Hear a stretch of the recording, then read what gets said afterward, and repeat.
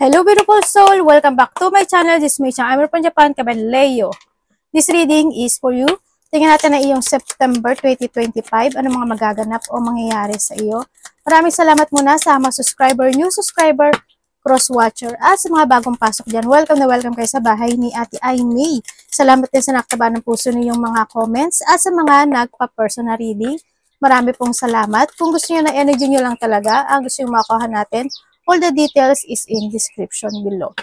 Isa dyan na reading Kabayan Leo, kunin mo lang ang sayo at itapon ang hindi lang sayo. Maaring vice versa, energy mo, energy ng person mo, energy ng malapit sa puso mo, nangyayari, or mangyayari pala.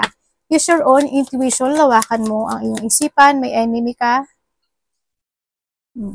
Take care, enemies are working against you. Ingat ka lang palagi ha. Always and forever. Energy reading tayo. Ano man ang gender mo, ano man ang edad mo, ipasok mo yung sarili mo. Kung hindi mo energy, wag mo lang ipilit. No? Baka next time makuha ko yung energy mo.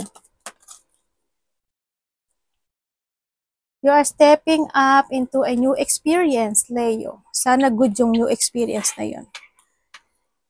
You are on the road to success. Okay, nandito ka na sa iyong papunta ka na sa iyong pagtayog, no? Pero, syempre, yung iba sa inyo, kasi pasigsag siya, tapos pataas. Mahirap man siya, pero patungo ka na sa success. Or kinakailangan mo na mag-umpisa, ha? Celebration, fun, and enjoyment. Yan, may mga fun, celebration coming sa'yo, enjoy, may mga ganong sitwasyon kung nakikita sa'yo. Maaring because of the success, maaring kung may mga reward situation o kaya mga celebration, birthday, any situation na yan. Work, achievement, success. O, yung ganda o. Siguro, alam mo naman yung diba? Siguro hindi yung sitwasyon na may mga you give an effort and hard work in a situation, pwedeng sa trabaho mo, mas magpo-focus ka ngayon this time sa work mo. And may siguro dito rin yung sitwasyon na may mga idea to pursue also. You will be success. Sinasabi rito, always think advantage siya. Kung gusto mo talaga na mag-focus at makamit mo hanggang tuktok ng bundok na ito, mag-think advantage ka. Yun, ang sinasabi. Di ba ang mga langgam, bago pa dumating ang bagyo o mga sakuna, nag-iipon na sila ng pera. Ng pera. Hindi naman nila kailangan pera. Pagkain, di ba? So, kailangan ganun ka rin. Or handun yung sitwasyon na maaring by this September is nahadon ka na sa sitwasyon mo na may mga paghahandaan ka na ng mga bagay-bagay. Magkakaroon or may mga developing situation na gusto mong i-develop, may hard work situation sa iba. May mga pupukusan ka na this time. Dito natin ilagay ito sa success. Maari din kasi nandito celebration, fun, enjoyment, and success, maari din na meron kang ginawa or may ginawa ka in the past situation na makakamit mo by September or pwedeng nakamit mo na, di ba? Kung sa aspeto ng buhay mo yan. Keep your life in balance. Sa lahat ng aspeto ng buhay ito, balance. Iniinom, kinakain. Yung may nag-comment dyan, sabi niya, kung kahit mag-ingat daw sa mga kinakain, kung time mo na, is time mo na. Oo naman, alam naman natin yun, pero at least may ginawa ka sa sarili mo. Diba, nag-ingat ka, nasabi mo sa sarili mo na naging maingat ka sa kinakain at iniinom mo. Yun, kumbaga gagamitin mo lang dun sa point na yun yung common sense mo. No? Common sense lang, ha? Kung sino man yung nag-comment na yun. Ewan ko, parang, hindi ko alam kung in-erase niya ba or ano. Medyo iba yung thinking niya. No? Yun. Basta always keep balance. Sa money mo rin, ganun din, keep balance, ganyan. Control, you need to control and balance any situation. So, nakita ko rin ito. When it comes sa scale, kasi andito rin yung sitwasyon na magiging busy yung iba, no? Maaari may mga gagawin kayo na mga multiple tasking, may mga multiple priorities kayo na gagawin, may mga sitwasyon na maaring i-evaluate nyo to success, yan. May mga pag-iisipan kayo to success, mga ganyan. Sa iba sa inyo. To achieve. Dark man. Dealing or relationship with the man with dark complexion or hair. kung sino man siya sa inyo. Maaaring isa siya sa makakasalamuha mo o nakakasalamuha mo, pwede sa work related ito, no? Pwedeng isa siyang itong tao na to ang makapagbibigay sa'yo ng success, or siya, or maybe di sa partnership sa iba, no? O kung sino man itong tao na to na nakapagbibigay sa'yo ng saya. O kaya pwede rin sa relationship, kasi we have the scale, andito yung sitwasyon na sa iba, hindi naman lahat. Pero puro good kasi siya. Pero papasok ko na rin maaring nagkakaroon ng two-person. Ganyan. O maaring ikaw, you have a two-person na pinag-iisipan, o kaya siya, ganun. Uy, angel, spiritual guidance, protection from harm. Sabihin, you are protected, no, ng iyong angels. Also, there's an enlightenment. Ako nakikita dito. Ang ganda ng card mo, Kumbaga, andito rin yung iba sa inyo, maaaring mga mananaginip kayo, may ibibigay sa inyo ng mga numbers, repeating numbers, ganyan. O kaya, panaginip, by the song, mga sign, ganyan. Also, enlightenment in some aspect of your life. Baka andito ka na bubuksan niya yung iyong mata para mag-focus ka to success to your life, na kailangan balansehin mo yung mga bagay-bagay sa buhay mo. Diba? Kailangan mo i-control. Tingnan natin. Energy ni Leo. Ano pong energy ni Leo? August. September 2025. Energy ni Leo, September 2025.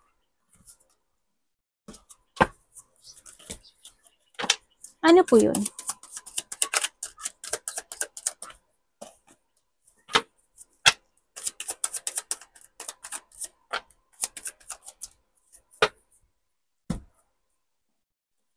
Okay. Ang energy mo, kuhanin mo lang yung sa'yo dito ha. Energy mo, sa nakita ko dito, happy ka naman. Happy ka dito, andito ka rin sa sitwasyon mo na may mga pag-iisipan ka, no? May mga pag-iisipan ka to success. May mga pag-iisipan ka na bagay-bagay, ganyan. Mas more on magiging patient ka sa nakikita ko dito by this September. And then also, may mga celebration tulad ng nahandito si Tankard. May mga celebration, pag-iisip, parang handun ka sa isip na you want to keep fight to success sa iyong mga goal or sa iyong mga investments, sa iyong sarili, ganyan. Sa iba sa inyo, maaring na handito rin yung iba na pipilitin nyo na magbago ng mga foods talaga, no? Mga ganun situation. Sa iba naman sa inyo, maraming tatakbo sa isipan mo na mga bagay-bagay, mga questioning. Yun ang nakikita ko dito. You enjoy your life, no? Andito yung you will enjoy your life sa mga gagawin mo this September 2025 sa nakikita ko dito. Together with your family, your friend, yung mga close mo, no? Ang nakikita ko dito. Kung sino man niya kaibigan, ganyan. Pero may sadness sa iba. May sadness ka rin na mararamdaman. You give an effort and hard work, kumaga. Handun yung mga pagpapasya sa buhay by September.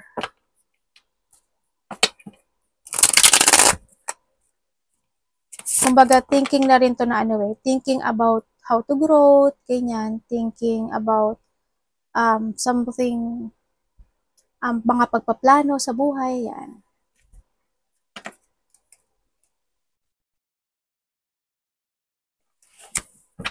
Tingnan natin ano parating kay Leo. Parating kay Leo.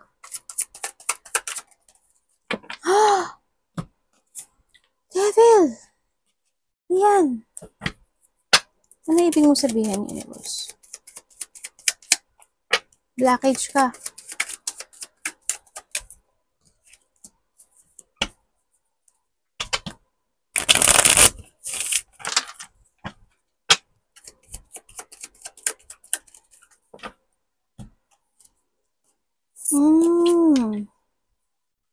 Parating sa'yo, temptation. Yun na nakikita ko sa'yo. Yan, makakaramdam ka ng temptation. by this September, ang nakikita ko sa'yo dito. And also, parating sa'yo,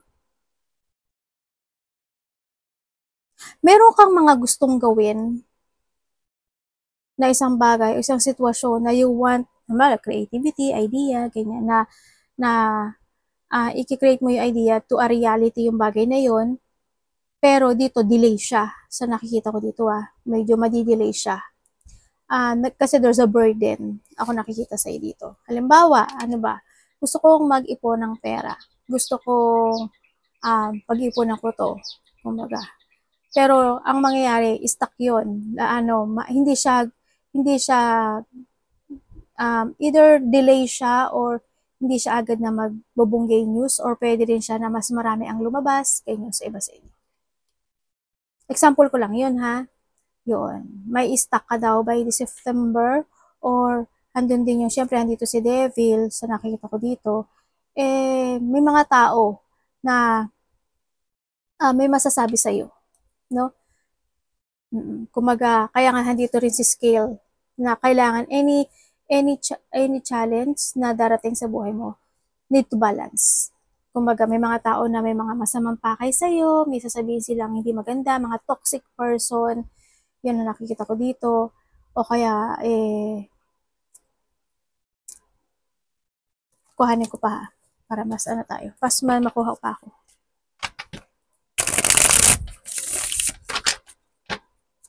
May mga mapang-akit na situation or hindi magandang Universe, explain mo sa akin si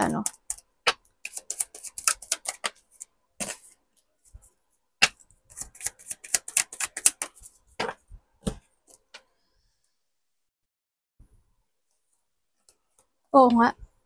May mga mag-iisip sa'yo ng hindi maganda or makapagsalita sa'yo ng hindi maganda.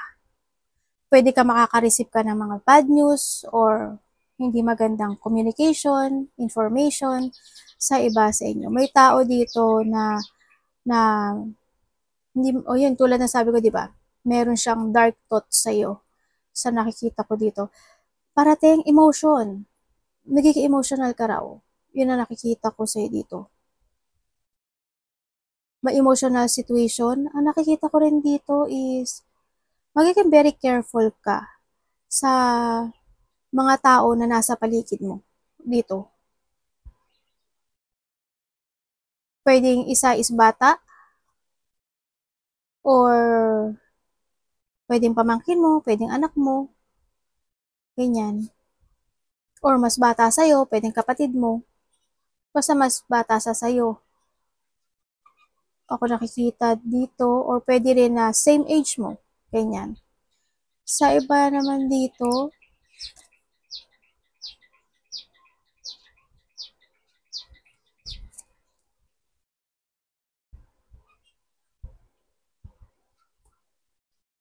may lalaki na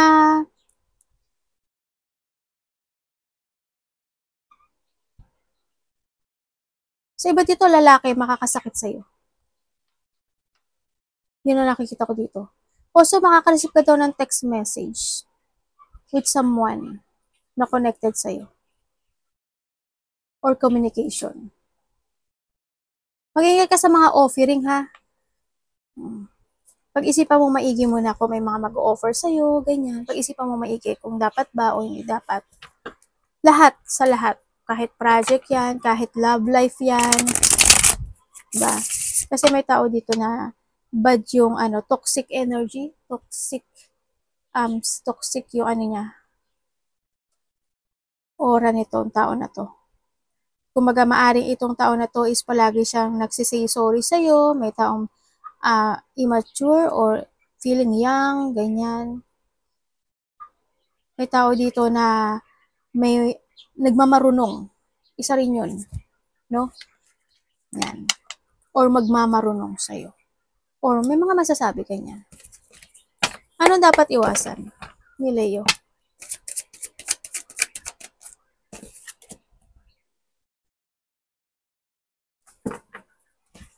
Kumbaga, yung tao na to, sasabihin niya, parang niya na, tama siya, mali ka. Parang nasabi ko na to dati sa'yo. Dapat iwasan.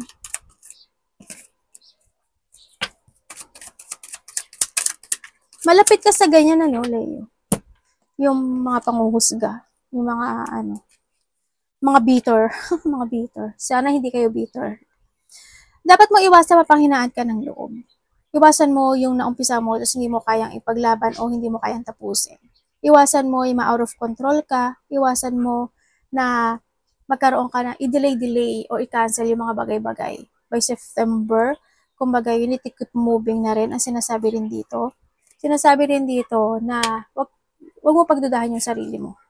Ganyan.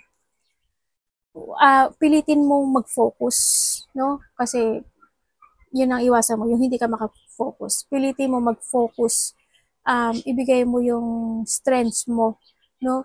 In any situation mo sa buhay mo, sa nakikita ko sa aspeto ng buhay mo. And then also, iwasan mo yung magkaroon ng pagpapaliban sa mga bagay-bagay. Tulad sabi ko kanina, cancel or delay something, di ba?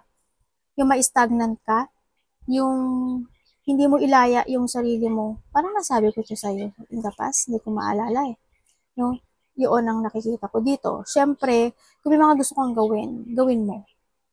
Kasi marami naman dumarating sa'yo opportunity no? Sa nakikita ko dito.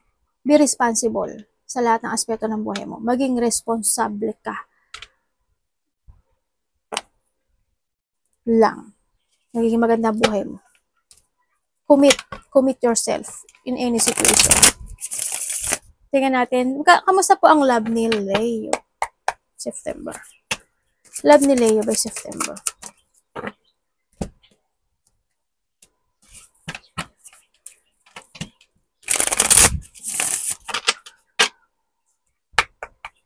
Wheels, Hierophant, and Hierophant.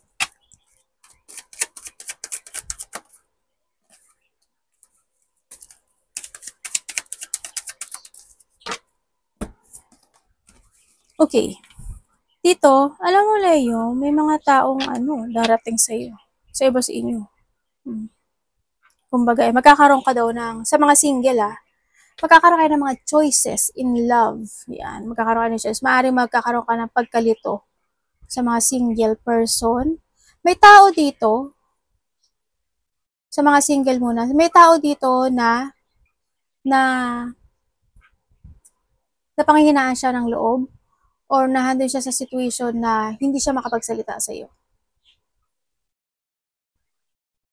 Yun na nakita ko. Pero gusto niya ng commitment sa iyo. Kilala mo na siya.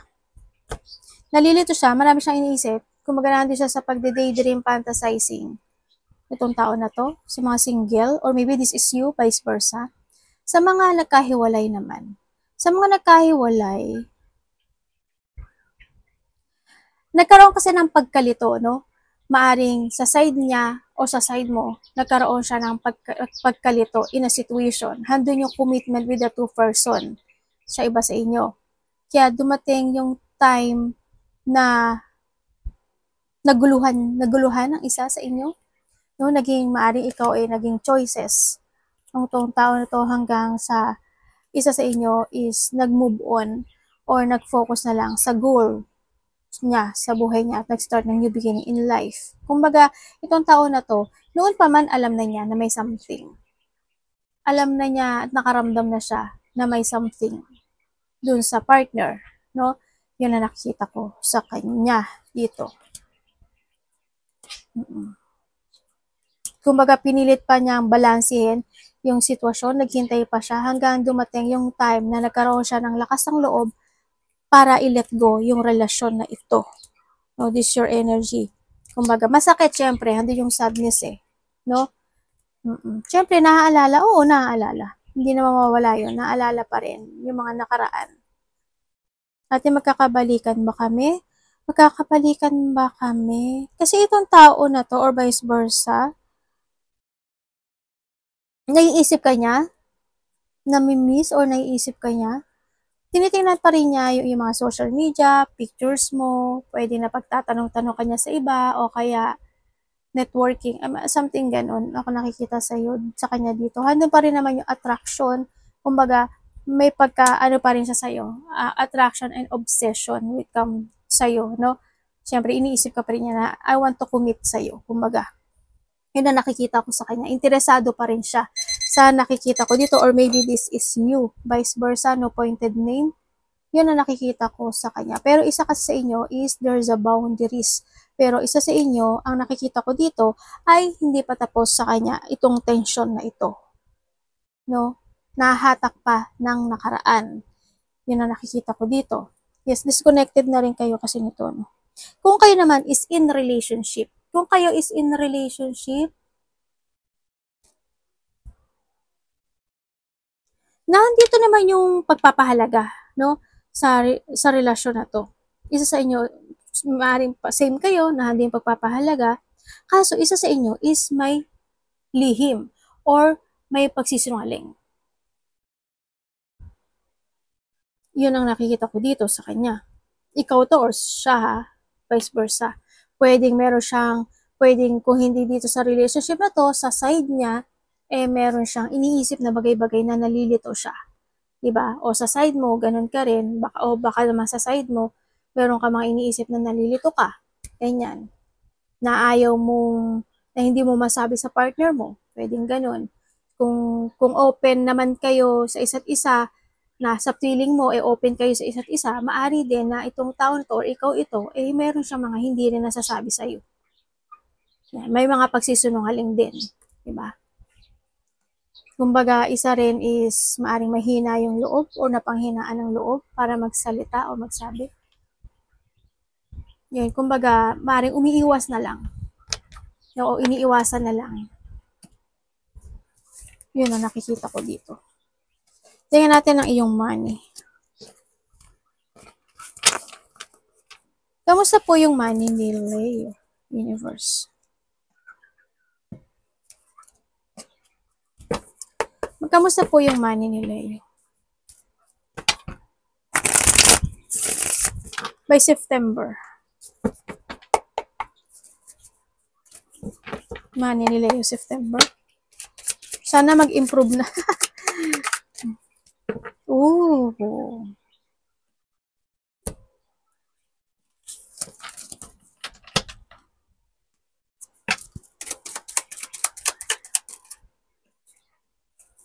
The Wheel of Fortune.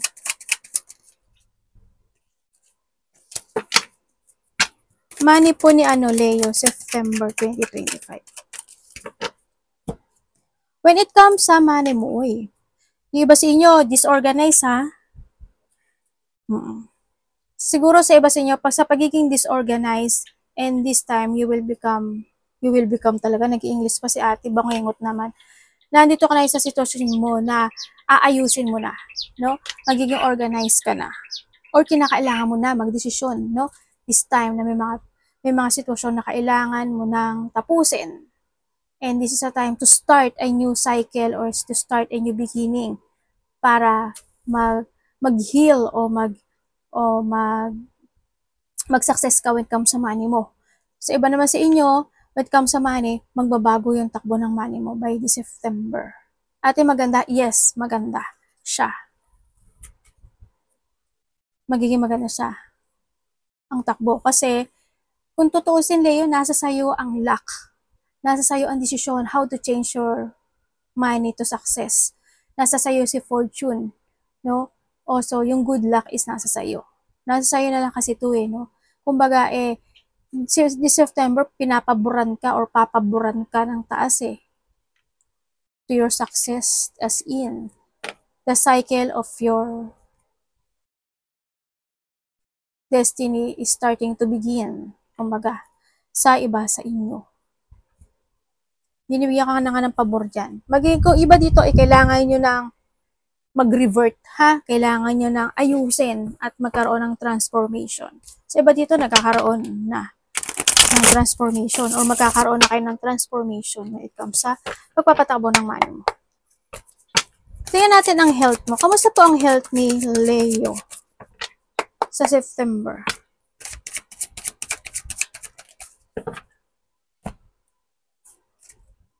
Okay.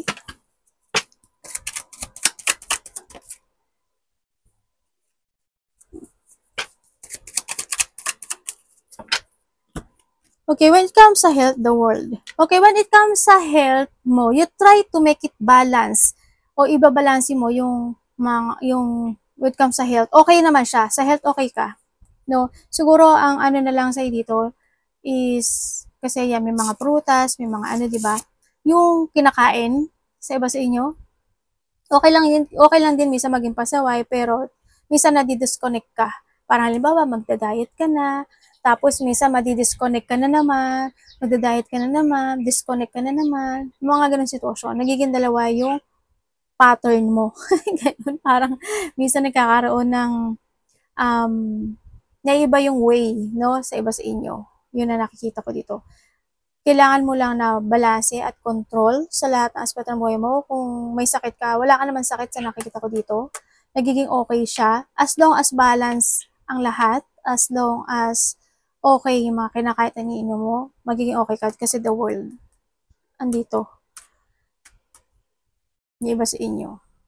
Pero syempre, ingatan nyo pa rin. Nasa sa inyo yun ha. Nasa inyo kung may mga sakit kayo, ay mas damihan mo kumain ng mga vegetable. Eh kung gusto niyo lang humaba yung buhay niyo, syempre, 'di ba? Gawin niyo yung lahat to fulfill or to achieve yung mga gusto niyo ma-achieve. Pero kung gusto niyo rin mag-exercise kayo kasi baka iba sa inyo namimilog na, no? Kaya kailangan mag-exercise na rin yung iba. Nawawalan na kayo ng shape. You need to control din. And discipline also, no? Tingnan natin ang kamusta po ang career or work ni Leo. Career or work ni Leo. September po. Nanay na pentacle.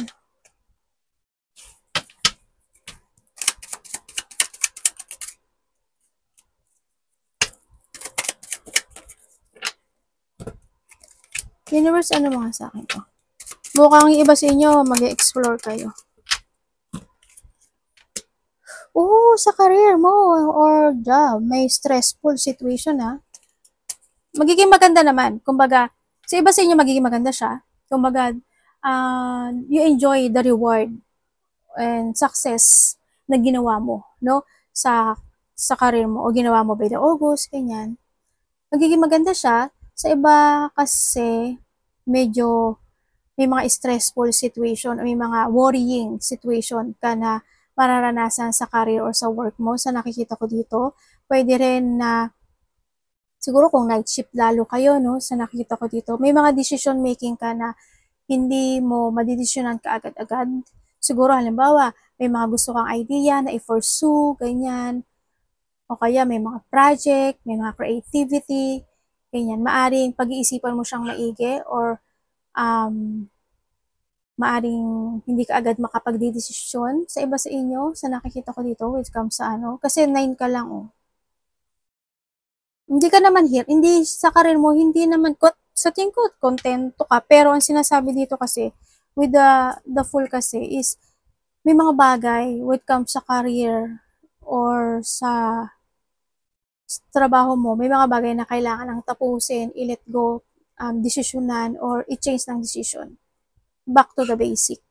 Hindi naman sinasabi na umalis ka sa trabaho mo eh. Pero if you want, 'di ba? Okay lang, okay naman.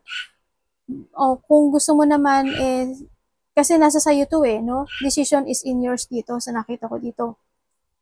Kung gusto mong mas maging maganda yung career mo, i-pursue mo yung mga idea mo. Kung ano yung mga project, mag-go ka. Pero hindi naman sinasabi dito na madaliin mo. No? Sa nakikita ko dito. Kasi nandito si King. Kung may mga bagay na umpisahan na, simulan. Kung start a new beginning in life, kailangan din na ayusin kung sa work yan. Kung nagiging pasaway ka, ayusin. May mga opportunity or project na darating sa buhay mo. Sa nakikita ko dito, magiging iba dito, may business no? Or stable. Kumbaga may business or malaki o maliit yung business. Yun ang nakikita ko dito. May mga taong galit pala sa iyo, Leo. Expect and unexpected may September, may mangyari. Expect and unexpected situation. Anak, huwag kayo sa ulo ni Mami. Tingnan natin advice. May mga alalahanin or stressful Yan, iba sa inyo. Pag-iisipan, parang gugulo, magiging marami kang isipin or makakagulo sa iyong isipan. Ganyan. Ang advice. Wala. Ganun. Universal mo ito.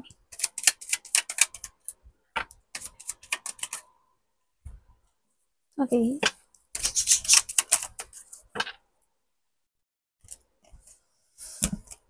Okay. Ang advice sa'yo, it's time to move on. No? Mas more ka daw maging mature or maturity ang kinakailangan by this September. May mga bagay na kailangan mong i-avoid or may mga bagay na kailangan mong kontrolin, no? Sinasabi rin dito, escape sa isang sitwasyon na is not working to you anymore. You need to get away with something, no? Start fresh, and then also, alam mo sa sarili mo paano babaguhin ang lahat ng aspeto ng buhay mo. Nasa sa'yo yun. Mag-focus ka doon to start fresh into your life, control. Tandaan mo palagi na you are the authority of your life. No? Tanungin mo yung sarili mo kung ano talaga ay makagbibigay sa'yo ng happiness, joy, and fulfillment in life. If you want to try new path, it's good. Pwede din sa iba sa inyo. May mga dapat i-withdraw o may mga dapat abandonahin. And huwag ka daw magsayang ng oras. Ang sinasabi dito, don't waste time sa mga any situation na hindi nakaka-good sa'yo. Ang sinasabi dito. And then, control. Kailangan mong magpasya at mag-focus, ano? Gamitin mo yung karunungan mo or your wisdom or yung talino mo in any situation. Huwag ka magpapakontrol o magpapamanipulate sa mga tao or sa kahit na kanino man. You need to decide with your own kung gusto mo lang naman ang nakikita ko dito. And then also, meron akong nakikita na tao na nagiging tanga. May tao na naghahari-harian, matigas ang puso, may kalupitan, may taong umiiwas, merong sitwasyon na sana hindi kayo lahat, pwedeng may mga mali na magaganap o madidesisyonan ang iba sa inyo. May sinasabi rin dito si card, another message to may tao dito na parang may paglayo or paghihiwalay ako nakikita. May ganun ako nakita. Dito. May sinasabi rin dito na ano, no, yung parang ano tawag dito? Entitled. May ganun situation. Parang sinasabi niya na ako ang may karapatan. May ganun. Ako yung tama. May mga ganun. May mga ganun sitwasyon. Yun, may nakita akong ganun. So, iba naman sa inyo, may mga situation na tinitiis, nagtitimpi, ganyan. Siyempre sa iba, you're taking to the higher path, no? If you bring balance, andito rin yung iba sa inyo is magkakaroon ng being a calm, there's a harmony or pagkakaisa situation, katahimikan, at may kapayapaan na magaganap o mangyayari, no, sa iba sa inyo. Pero sana lahat kayo ganun. Pero gawin nyo to si Ant ha, si Ant Mountain, kasi success ka Always scale ha, scale balancing. Arigato namaste, God bless.